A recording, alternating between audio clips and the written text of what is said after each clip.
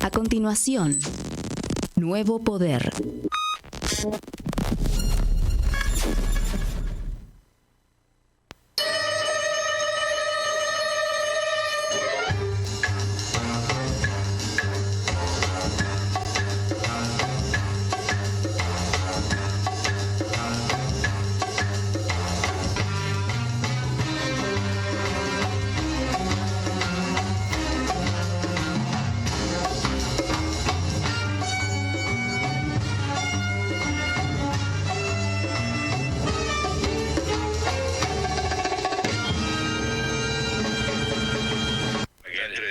Buenas.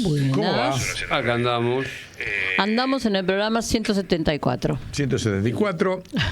Capítulo Muy 4. bien.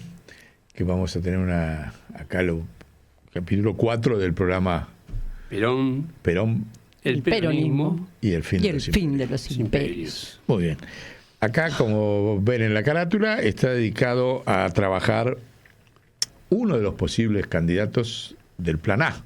Ajá. Ya dijimos que de las tres opciones, para sacar a Milei, nosotros vamos a militar el Plan A y desde luego colaboramos con el B y el C, pero creemos que la única forma de ganar es con el Plan A. Y este capítulo se lo vamos a dedicar a uno de los posibles candidatos, cuál sería por qué podría ser un candidato exitoso, que es Monseñor Gustavo Carrara, que acá lo viene en la carátula, como candidato presidencial. Ahí queda abierto, cada uno opine las razones por las cuales ve a Carrara como candidato. Después de esta exposición va a venir un trabajo, la reedición de un trabajo. Un documental. Un documental, ¿no? Uh-huh. El Concilio Vaticano II, el Concilio Latente. El Concilio Latente. Donde ahí hicimos Argentina latente y Concilio latente, todo latente. Claro. Hicimos un rescate de muchos testimonios, porque se habían cumplido los 50 años del Concilio Vaticano II. Entonces recogimos testimonios de las asambleas que se hicieron en Brasil, en Alemania, en Frankfurt. El reportaje de Hans Kuhn, ¿no? ¿Está ahí también? Sí, también. Hans Kuhn, hay que recordarlo, murió hace 2 años. No, sí, iba a llegar. Hubo 2 peritos centrales del concilio, fue Hans Kuhn y Ratzinger. Eran muy jóvenes. Y bueno, de Hans Kuhn va a haber que hacer un día un programa específico para recuperar todo lo que fue su planteo de una nueva ética mundial. En ese sentido se cruza con el planteo que venimos diciendo del hombre nuevo, mujer nueva, del Che. Tiene una fundación, él con sede en Colombia, justamente. Sí. Y está también, esperá que nombremos también a Clelia Luro de Podestá, que nos está leyendo ahí en su casa histórica.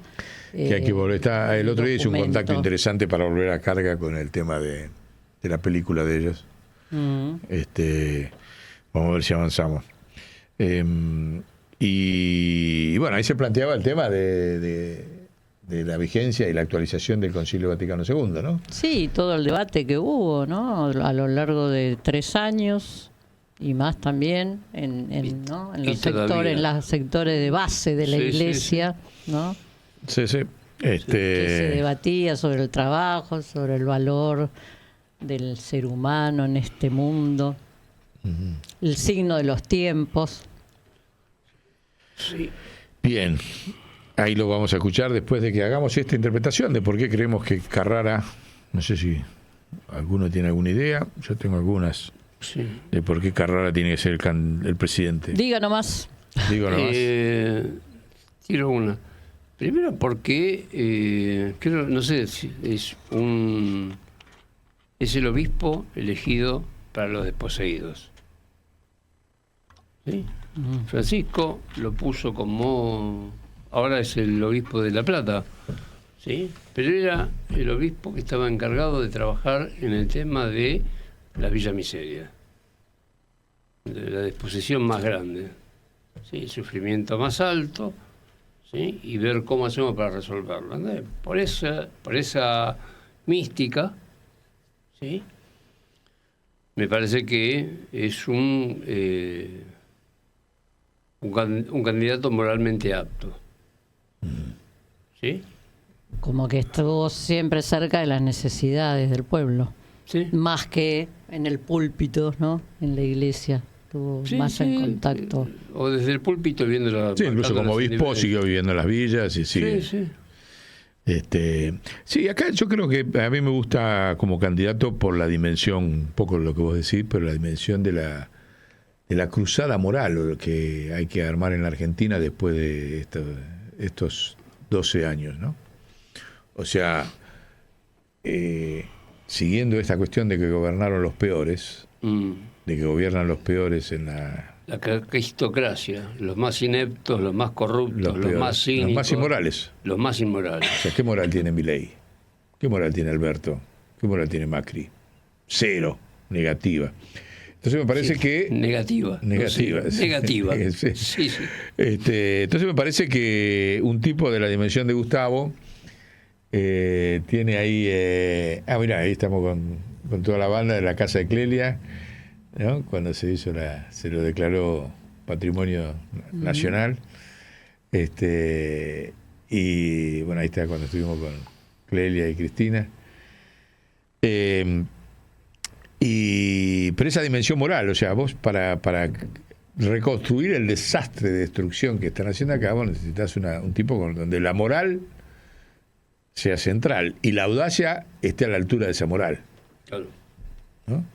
Un tipo que elige vivir en las villas, pudiendo vivir en los palacios, eso es un valiente. Y bueno, por eso Gustavo me parece que tiene esa característica de moral y de valentía para lo que hay que hacer en el gobierno después de este desastre, porque una de las cuestiones centrales es reconstruir la soberanía. Él te lo dice, yo vine a destruir. No vino con la motosierra a destruir un déficit, vino a destruir la soberanía nacional y el tejido social. Entonces Gustavo, y tiene la complicidad de toda la élite de Argentina. No es él solo, porque lo aplaude toda la élite argentina. Entonces, es la élite más inmoral porque es la élite que más ha fugado capital al exterior en la Argentina. Ayer hicimos un cálculo de actualización con el Observatorio de la Riqueza, con Alejandro Marcó del Pon, de cómo evolucionaron los índices financieros de actualización del capital fugado desde el 76 al 2025. Y es un escándalo que hay que judicializar. Gustavo Carrara lo puede judicializar porque es la Iglesia la que lo tiene que judicializar, lo tiene que acompañar.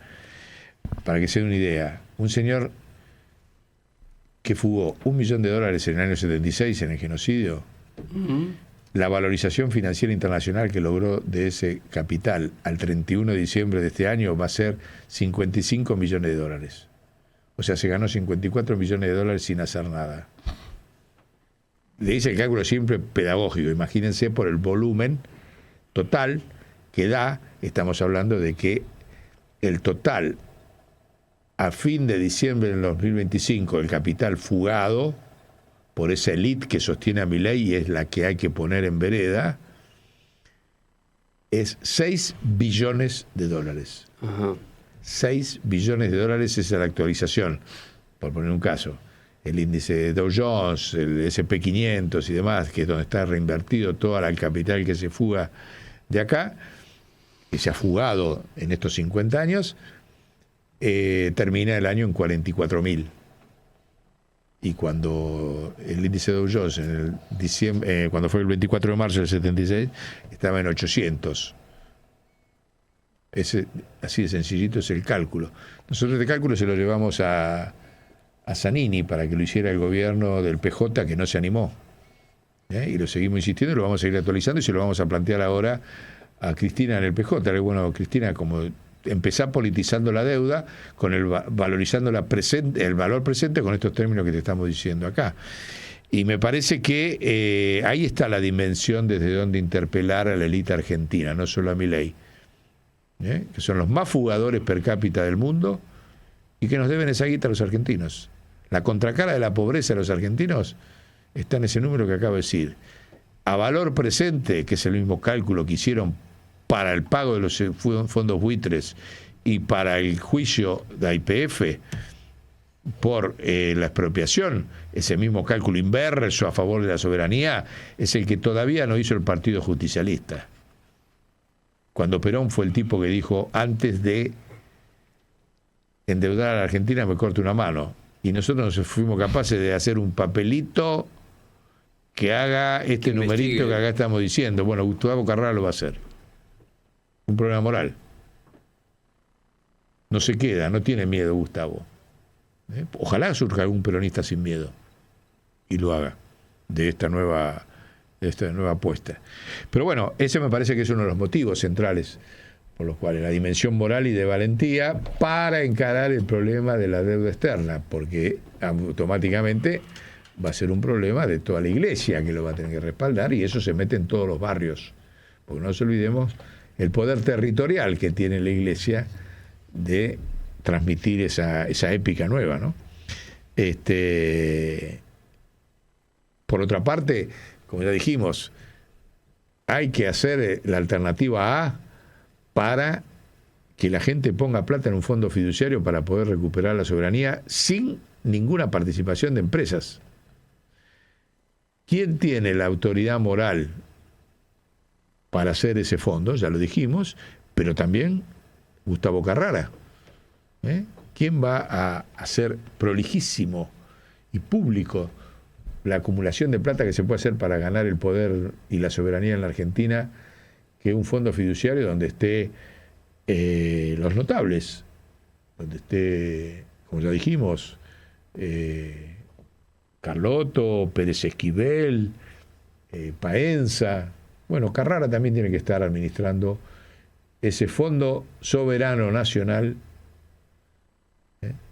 que también se lo recomendamos hacer a Francisco para sanear las cuentas del Vaticano. Se lo dijimos con Clelia, con Zaffaroni. Si cada católico pone $1 por mes, que lo puede ponerlo con los 1.500 millones de dólares, se acaban los problemas financieros en el Vaticano. Y se acaba ahí estamos planteándolo, con Leonardo Boff también, en la Feria del Libro. Y bueno, no le dieron curso, pero ¿por qué no? Siguiendo ese principio, nosotros lo vamos a aplicar. Gustavo Carrara puede impulsar y tiene que participar en esa autonomía financiera del pueblo argentino para recuperar. Ahí está Gustavo con Zaffaroni. Bien la producción, no sé cómo la emboca tan rápido. Los felicito, porque estamos. Y bueno, ese principio de la vaquita soberana no va a ser solamente una práctica para ganar las elecciones, sino que después va a ser una práctica para recuperar la soberanía. Porque con la vaquita colectiva, desde el Banco Central, como lo venimos diciendo, con un protagonismo del pueblo en el Banco Central, se resuelve el problema de la deuda, se resuelve el problema de la restricción externa, del hambre, de la cultura, de todo el desastre que va a caer este tipo. O sea, es así. Y organizado eso, van a venir de afuera y ahí vamos a seleccionar. Todo el mundo va a querer venir a la Argentina. Hoy todo el mundo se va. Se van todos, hasta las multinacionales se van, no hay RIE que las retenga, porque como el mercado es tan desastroso, cada vez más chico, y los otros estados del mundo les ofrecen subsidios, créditos a 30 años, bueno, todo. Bueno, reconstruir eso va a haber que hacerlo del Banco Central con una fuerte protagonismo de las vaquitas colectivas. Lo mismo para solucionar el problema de la vivienda. El problema de la vivienda se soluciona con una vaca colectiva. Todo el mundo tiene su casa. Lo lamento por los rentistas que viven de alquiler. ¿Qué va a hacer? Vendela. Pero más importante que la familia tenga dignidad y tranquilidad, que tiene techo, ¿no? Claro. Así que bueno, me parece que esa sería una de las una dinámica interesante que pondría a la Iglesia a la altura de lo que han sido las propuestas de las encíclicas de Francisco, nada más que no se han convertido en políticas de Estado. ¿Para qué queremos una encíclica que no se convierta en política de Estado? Puede ser como ejercicio intelectual, moral, de respeto a la fe, de respeto a Dios, divulgar la encíclica, pero ¿por qué no política de Estado? Por ejemplo, la Laudato Si, que está todo contenido ahí. Nosotros lo hicimos en en un desarrollo, cuando hicimos una historieta con Sebastián Baiza de Juan Bagual, estaba todo ahí. Estaba la Laudato Si, que espectacular. A ver si la encuentra ahí y le doy un premio a la producción. A la producción. Ahí está el desarrollo más profundo del nuevo paradigma que significó la Laudato Si. Ahora, han pasado 10 años y no fue el eje de ninguna política del Estado. ¿Por qué no puede la Argentina, con un papa argentino y con un presidente de la Iglesia, transformar la Laudato Si en política de Estado? ¿Por qué no? ¿Quién otro tiene ese aval para tomar decisiones de política de Estado? ¿Qué otro extrapartidario? Ahí está, Juan Bagual, el Quelandí, ¿no? Ahí lo tienen a Francisco mojándose las patas en la fuente del 17 de octubre, con Perón, con el Che, con Ubaldini. Bueno, esto es una ficción que hicimos, que tiene, bueno, ahí está todo el contenido. Está subido en el GAF, bueno. Ahí el planteo, cuando van a la escuelita, cuando llegan a la escuelita, es que Perón y el Che discuten la encíclica y cómo encuentran tanto el Che como Perón coincidencia de sus planteos con la encíclica de la Laudato Si. Juan Bagual era un querandí que tenía una lanza que podía revivir a los líderes muertos. Por eso en la ficción se lo lleva... Francisco lo reemplaza al jefe de la Guardia Suiza por Juan Bagual, por un querandí, porque el de la Guardia Suiza, viste, no hace nada. Bueno, esos dibujos magistrales de Sebastián. Y bueno, ahí lo tienen, ven, entra a la escuelita, el Che y Evo Morales lo llevan a la escuelita donde lo fusilaron al Che, y entra Perón, el Che, a discutir la encíclica y le pide permiso de si puede clavar en las paredes de la escuelita donde lo fusionaron el Che los distintos puntos de la encíclica, lo hacen y debaten los dos. Bueno, ahí está el contenido de un nuevo orden mundial financiero y comunicacional en palabras de Perón y del Che, basándose en la encíclica. Bueno, eso puede ser Gustavo Carrara. Todo argentino, Papa argentino, el Che argentino, Perón argentino, Gustavo Carrara. ¿A quién no le va a gustar? A la élite corrupta. ¿Y qué va a hacer? Ya está, muchachos. Ya se les pasó el momento histórico, no supieron hacer una patria como hicieron otras élites del mundo, se tienen que ir. Se tienen que ir. Y hasta que no se vayan, esto no cambia. ¿Y quién lo puede sacar? ¿Quién tiene la autoridad moral para sacarlo? Gustavo Carrara tiene todo. Y ni hay que hablar, lo que venimos diciendo, de que la única razón por la que tiene que venir Francisco a la Argentina es apoyar que él sea el presidente de la Argentina. Sino que se quede allá, que no venga acá. Va a venir a estar manoteado por la elite esta corrupta de la, ¿cómo se llama? La cacocracia, ¿cómo es? Caquistocracia. Caquistocracia, por los peores. Si tiene los mejores, ¿por qué va a venir por los peores? Tiene los mejores, vení con los mejores. ¿Quién es el mejor? Carrara, candidato a presidente del Movimiento Nacional, con el apoyo de todo el resto de... Ojo, todo esto se lo hacemos llegar a Gustavo, pero no... No le pedimos permiso. No le pedimos permiso y no le vamos a pedir permiso. Vamos a seguir poniendo los argumentos para lograrlo. Así que bueno, y eso sería actualizar lo que vamos a ver. Sí, el documental que vamos a ver, que viene ahora, estrenado en el año 2012 en el Festival Internacional de Cine Político. El documental Concilio Vaticano II, el Concilio Latente, que tuve el placer de dirigir, y con la ayuda acá también de Alberto Russomando, del guión también de Robledo y de muchos compañeros y compañeras del Centro de Producción Audiovisual que creamos en el municipio de Quilmes en el año 2009. Bueno, pasamos todo el aviso. Y ahí lo tienen.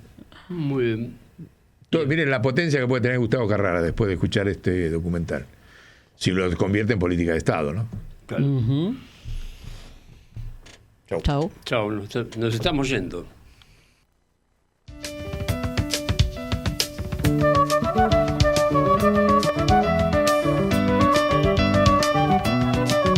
De esto que nosotros llamamos Concilio Latente, o sea, el Concilio Vaticano II después de muerto Juan Pablo I, entró en un periodo de oscuridad, de freno de su potencial,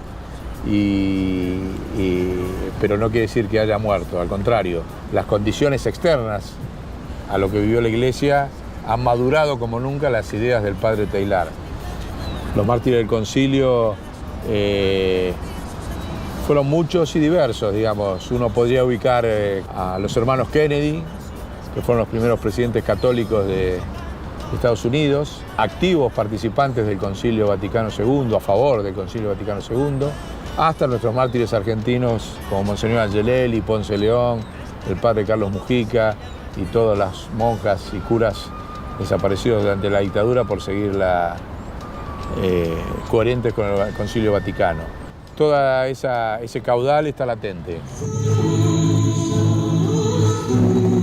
Tenemos que exigir a los obispos, a nuestros obispos, si vamos a tener contacto, tenemos que tener valentía para decirles que no están cumpliendo con su deber, porque no están cumpliendo con la colegialidad que sancionamos en el Vaticano II y con la consiguiente corresponsabilidad eclesial.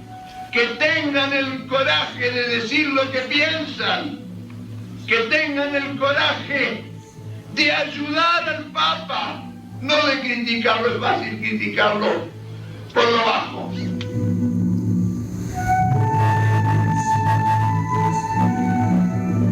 Io credo che il segno dei tempi di oggi è la divisione tra il nord e il sud del mondo. Ai tempi del concilio era piuttosto quella dell'est e dell'ovest, e allora da parte della Chiesa in tutto il mondo c'era la preoccupazione del marxismo, dove la parte più ricca e potente cerca di aumentare i propri privilegi a danno della maggioranza più povera. Ese día, Cámara me dice que el Vaticano tenía que desprenderse de todas las riquezas y que se las pasase a las Naciones Unidas. Que la Iglesia no tenía por qué tener todos esos museos y riquezas y joyas y qué sé yo. Allora le catacombe, che questo segnale fosse l'inizio di un rinnovamento, di un modo nuovo di vivere bene il cristianesimo. Primera prédica de Jerónimo de la Populorum Progreso la hizo en el Teatro Roma, en Avellaneda, y nos vinieron a avisar que estaban quemando la curia. Era por la Populorum Progreso, porque planteaba todo un cambio. E il Papa poi ha fatto un'enciclica che è stata la Populorum Progresso 1967, che è il frutto di questo lavoro della Chiesa dei Poveri. Tant'è vero che è un'enciclica molto forte, perché cominciava a dire che è lo sviluppo dei popoli, ecco, quello che conta, il vero nome della pace.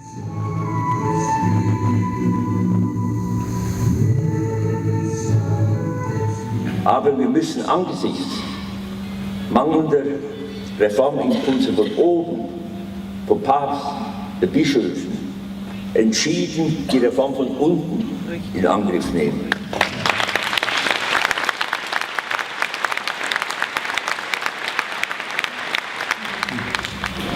Nosotras las mujeres somos ministerio, somos servicio.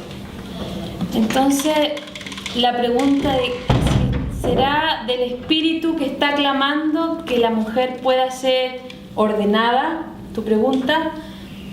Y yo digo, yo creo que el espíritu lo que está pidiéndonos y urgiéndonos, así como lo dicen ustedes, es que de una vez por todas nos tratemos como hermanos y hermanas.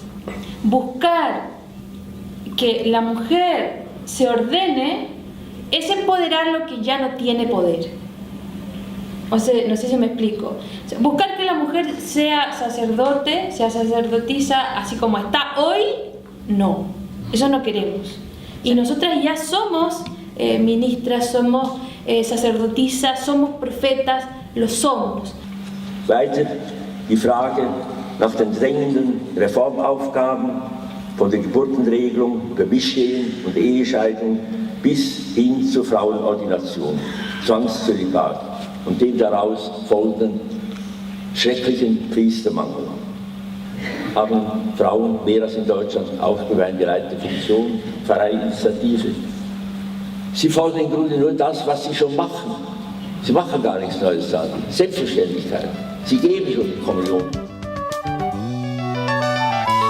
Hoy continué tomando rumbo a mi región, clavando señas, descifrando encrucijadas.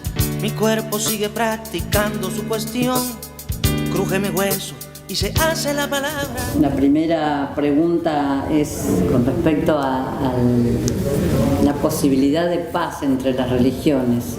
Como vemos que se sigue utilizando a la religión para la violencia, ¿cuál cree usted que son esas verdades que todavía están ausentes en el diálogo entre las religiones? Es claro que las religiones no son idénticos. Tienen una dogmática diferente, la fe es diferente, pero es necesario ver qué hay en común, y eso es especialmente en materia de cómo vivir, dunque la ética. A pesar de todas las diferencias en la fe, en la dogmática, es posible vivir en junto, vivir en paz. ¿Por qué? Porque las reglas éticas son las mismas en todo el mundo, en todas las tradiciones. Eso no es una cosa accidental.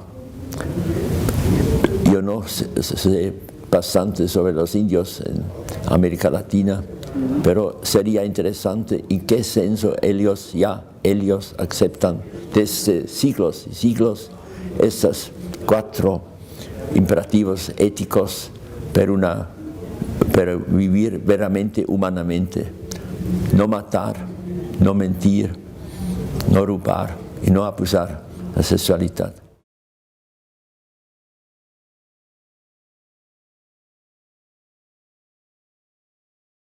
Nuestra Asamblea Conciliar ha sido un encuentro de varios grupos comprometidos en causas de los más pobres, de los migrantes, de los desempleados, de los pobladores en situaciones difíciles, y también de grupos que quieren que la Iglesia en su conjunto se comprometa más en favor de ellos. Y por eso hemos seguido en estos días de la Asamblea de un doble punto de vista. Por un lado, los signos de los tiempos que significan esperanza, y los signos de los tiempos que significan resistencia.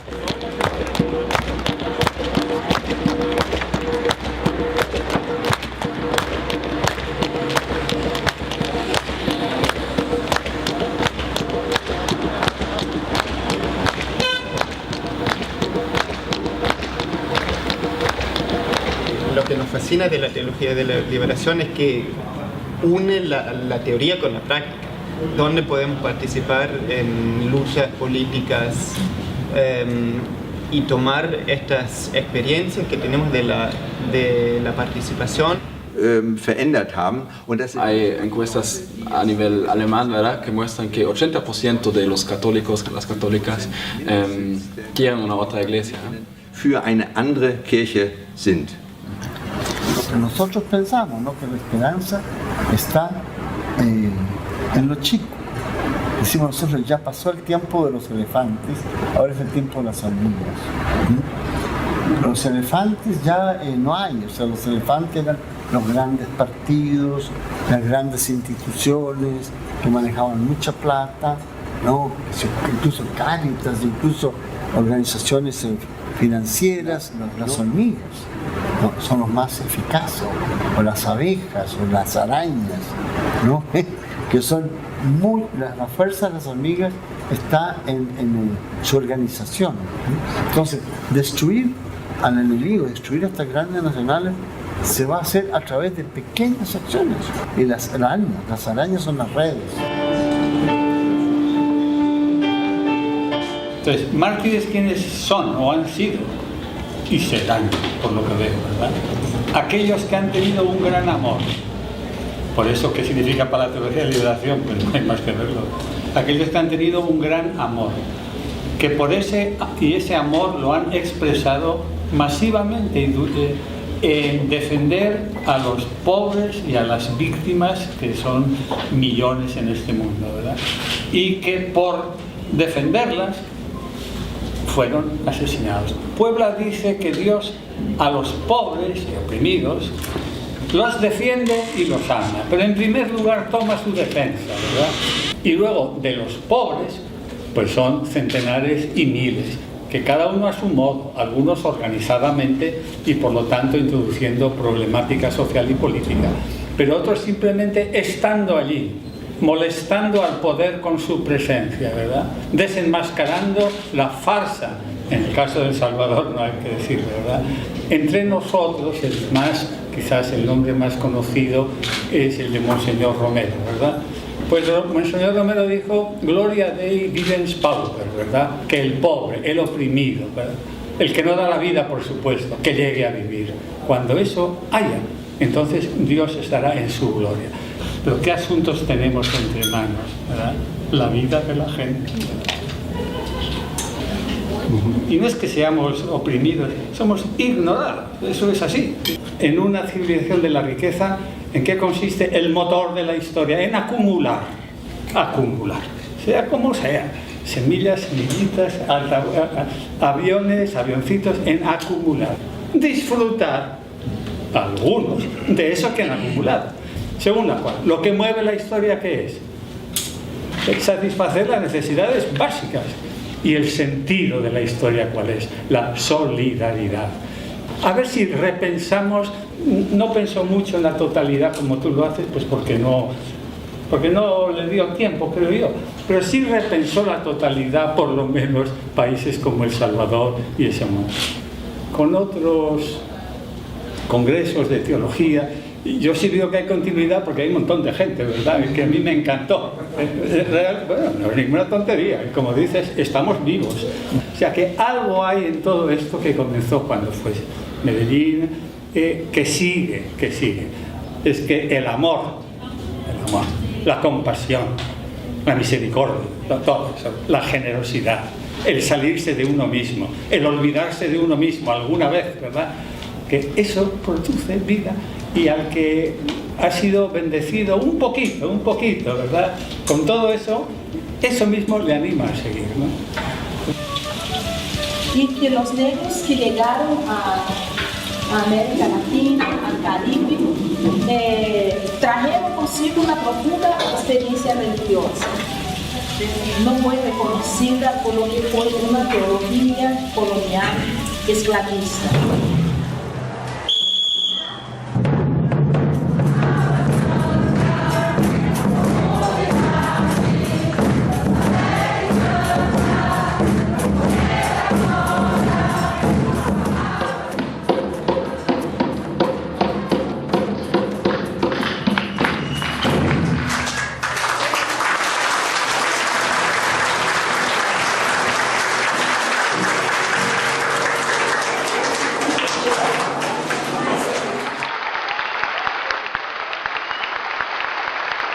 Como uno pasa de la herida, de la imposición de una tradición, a la Biblia como alimento.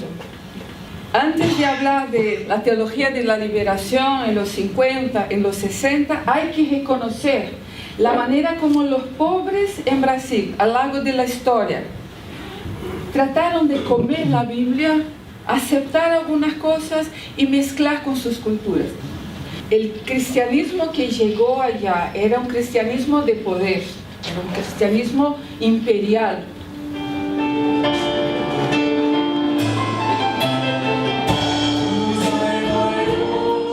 tierra y humanidad es una única cosa. Entonces lo primero hay que descubrir la tierra y hacer una opción por la tierra, amarla.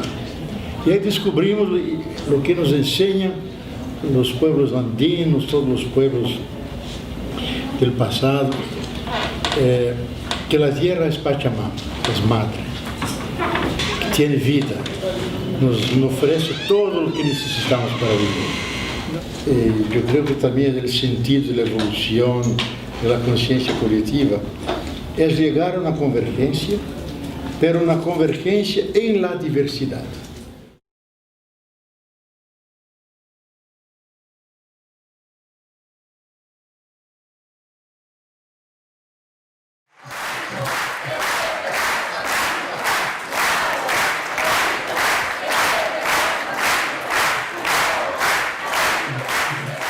Ahora pediré a las mujeres de esta asamblea, que han trabajado durante 50 y 40 años respectivamente, a que se pongan de pie.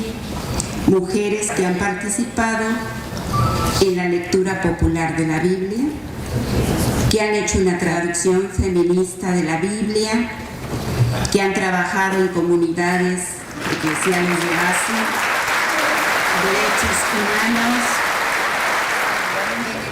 Entonces yo creo que en nuestra iglesia estamos viviendo el drama, la tensión, la dificultad de un cambio real de paradigma. Y entonces yo creo que la iglesia no puede solucionar los problemas, no sabe muchas veces qué hacer, pero nadie le quitaría tener una voz más profética, por lo menos ir adelante y no ir como a veces atrás. Movimiento Elder Cámara por un nuevo concilio, por la paz entre las religiones y los hombres. Necesidad ética de un nuevo concilio. La humanidad está en un vertiginoso proceso de mutación social e individual. Nunca antes en la historia se enfrentó a tal velocidad de cambios cuantitativos y cualitativos. El padre Teilhard de Chardin es más conocido, incluso lo hemos visto en las charlas con religiosos y demás, por la parte de su pensamiento cósmico o la santa evolución o esta cuestión de la unión de la ciencia y la fe. Pero muy poquitos conocen el pensamiento económico, social y político de él. Aparece la entropía vinculada a la fe, cuando nosotros pensábamos que era algo absolutamente divergente. Hubo 6 palabras que a nosotros nos impactaron de Teilhard: concentración, convergencia, ultrapersonalización, socialización, cerebro colectivo y planetización. Esos eran los 6 términos que él decía que la humanidad inevitablemente iba hacia eso. Fue nuestro gran motor, digamos, donde realmente nos permitió a estos 40 años de militancia en distintas instancias proyectarlas para adelante en 10 años más. Como miembro de la Iglesia Católica, que más o menos desde mi ámbito clerical tengo relación bastante con lo institucional, esto es inédito en Argentina, que un municipio, una entidad de la sociedad civil, encima peronista, se le ocurra celebrar el concilio que la Iglesia no celebra ni menciona, es inédito. En el 67-68 empecé a formar parte del movimiento de sacerdotes para el Tercer Mundo. Yo adherí al documento de los 18 obispos para el Tercer Mundo, que era justamente otra mirada distinta a la del Concilio Vaticano II sobre lo que pasaba en el mundo y sobre la liberación en el mundo, sobre el proyecto socialista en el mundo, etc. Es decir, ese sigue siendo todavía mi programa de vida sacerdotal. Claro. Sí, porque en el 66, después de terminar el concilio, la conferencia episcopal hace un debate sobre el concilio y en ese momento tenía cierta preeminencia el grupo de obispos conciliaristas y renovadores, entre los que estaba Podestá, y que era un poco el referente de toda la transformación social. Y a él le encarga la redacción del documento. Desde 2001 que nosotros trabajamos la producción de una teología pluralista de la liberación, que sea de la liberación, pero desde el pluralismo. ¿Qué quiere decir eso?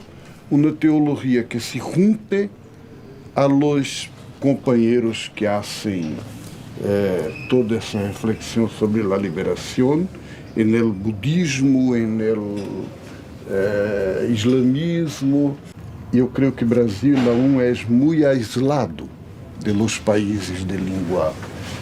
E vengo por isso, para estrechar os laços, para dizer somos uma única pátria, estamos caminhando juntos. E quando logramos assim que a igreja seja sínodo, quer dizer juntos, e juntos democraticamente, então sim logramos uma coisa nova. No espírito do concílio, há alguns elementos importantes. Todo o século XX foi fermentado por movimentos laicos em la igreja e movimentos de base. A grande revolução eclesiológica do Concílio Vaticano II foi a eclesiologia das igrejas locais. É uma igreja em si, com sua autonomia, com seu rosto próprio, com sua capacidade e em comunhão. Me gustaría citar por sobre todo, dentro de toda la historia del diálogo islamo-cristiano, el encuentro de San Francisco de Asís con el sultán Malik al-Kamel en el marco de la Quinta Cruzada, cuando se refiere al encuentro que tiene San Francisco con el sultán, en la que el sultán, entre las series de intercambios que hubo, le pregunta cómo puede ser que los cristianos que hablan de amor hagan la guerra. El sultán le pregunta a San Francisco y San Francisco le contesta con una respuesta muy elocuente. Le dice: eso pasa porque el amor no es amado. Los musulmanes siempre han tenido una predisposición para el humanismo y basta simplemente con conocer el pensamiento y la filosofía de personajes más conocidos como Avicena y Averroes y Al-Farabi, que fueron, además de científicos, grandes humanistas y filósofos, en la que justamente, por sobre todo, así como eran hombres de fe, eran humanistas. Por eso canto, arena, roca que luego es multitud del agua buena, y canto, espuma, cresta que cuando logra ser ya no es ninguna. De que este hombre fue un hombre de Dios y que el amor de él fue tan grande que lo abarca todo en su rostro, ¿no? El amor es más grande y el odio es muy pequeño, por eso nos seguimos riendo. En la instancia Angelelli se da lo mismo. Su persona y el mensaje, su proyecto de iglesia, molestaba más adentro, más hacia adentro de la iglesia que hacia afuera. Entonces, para mí hay un acuerdo claro ahí. Sus hermanos obispos y el poder político del momento acuerdan que este tipo molesta. Entonces hay que eliminarlo.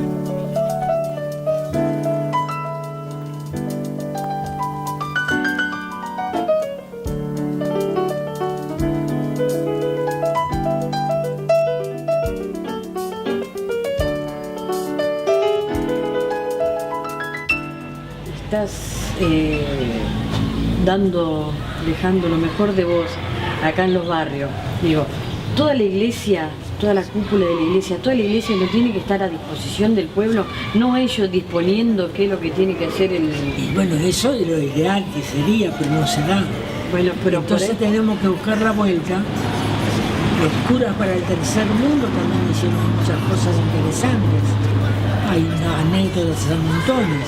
Entonces, los hijos de la luz sean astutos como son astutos los hijos de las tinieblas. Busquemos la forma que no es para engañarnos o lo que fuera, pero ser astutos. A ver, en este momento lo hacemos como concilio especial y no, porque el concilio no hubo avances solamente, sino que dio la iglesia pata para arriba. Yo estoy muy impresionado con la variedad enorme, la grande riqueza que hay de talleres, de temas, de grupos que se han movilizado para participar en este encuentro. Somos como 520 personas y es un público muy especializado, un público que ya la gran parte de ellas militan en movimientos sociales, en grupos los más diversos, los más distintos, unos que están más ubicados en cosas de la iglesia y otros en los movimientos sociales, por el pacifismo contra la energía atómica, contra el capitalismo financiero. Hoy continué tomando rumbo a mi región, con dulce látigo de abeja en la conciencia. Hoy me perdí a amar con planificación, pero gané a lo que partió con la prudencia. Hoy continué dándole cuerda a mi reloj, con timbre atado sobre número invisible. Poco me importa dónde rompa mi estación, si cuando rompe está rompiendo lo imposible, por eso canto. Creemos que la decisión valiente de un papa conservador como esta renuncia de Benedicto XVI significa una situación para la Iglesia bastante, en gran medida, análoga al coraje de Jesús cuando entró al templo y pateó la mesa de los mercaderes. En ese sentido y con ese espíritu de esperanza y de posibilidad que abre esta decisión, abre la posibilidad de que el pueblo de Dios y la institución se reconcilien. Durante las últimas décadas se ha ido produciendo una brecha cada vez mayor entre el pueblo de Dios en marcha y una institución que perdió el espíritu del Concilio Vaticano II. Con el movimiento del Der Cámara, desde acá de Argentina, hemos elevado una propuesta a los cardenales para el cónclave que va a elegir el nuevo Papa, que consiste en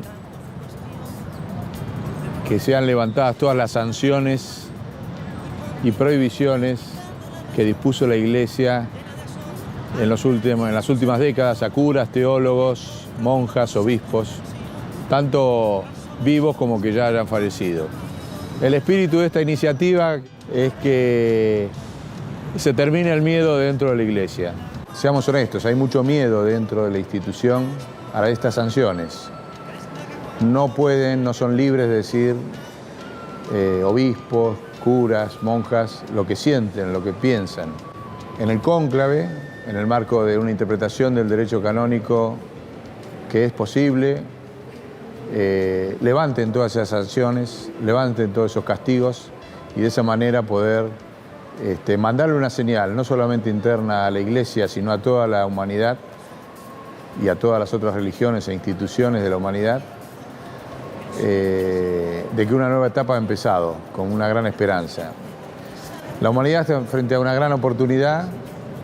El padre Teilhard de Chardin, hace casi 80 años ya lo pronosticó cuando habló, entre otros temas, del proceso de enrollamiento común de la materia y con eso su evolución hacia saltos de espíritu, del espíritu cada vez mayor y saltos de conciencia cada vez mayor. La biologización de la economía es un concepto que nos deja también el padre y que es central para reemplazar esta crisis financiera mundial que se está viviendo ya, que es el fin de la economía monetaria, aunque no sea asumido. Entonces, este tipo de debates que encare un nuevo periodo, en este nuevo periodo la Iglesia, este nuevo papado, es una esperanza. Lo que estamos planteando es un curso de acción que vemos como convergente, como convocante a los distintos sectores de la Iglesia puede plasmarse en lo que también le presentamos como un papado, que este sea un papado, nuestro deseo es que este sea un papado de la paz y la sinceridad en el mundo. Hoy los pronósticos de lo que escribió el padre Teilhard de Chardin permiten decir que están todas las condiciones, tanto materiales como científicas, como espirituales, para poder actualizar ese pensamiento y llevar adelante un papado de estas características, basados en poner el cuerpo para lograr la paz, no en declamarla, que pongan el cuerpo en los distintos lugares del mundo donde se están desarrollando guerras, la mayor parte de ellas en nombre de las religiones, y a partir de eso, de ese salto que da la Iglesia, de estas dimensiones, podría pasar a tener una autoridad moral muy fuerte sobre el resto de las instituciones del mundo y de las religiones.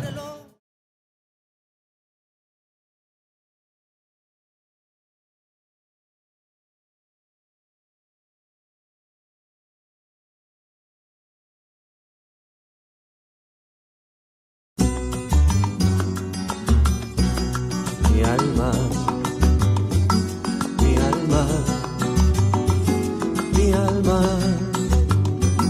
mi alma, mi alma selva andariega, previa intocable, imposible de voltear.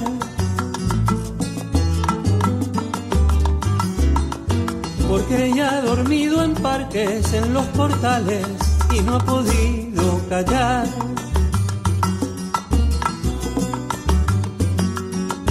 Misterio de un alma suelta, los años que voy llevando,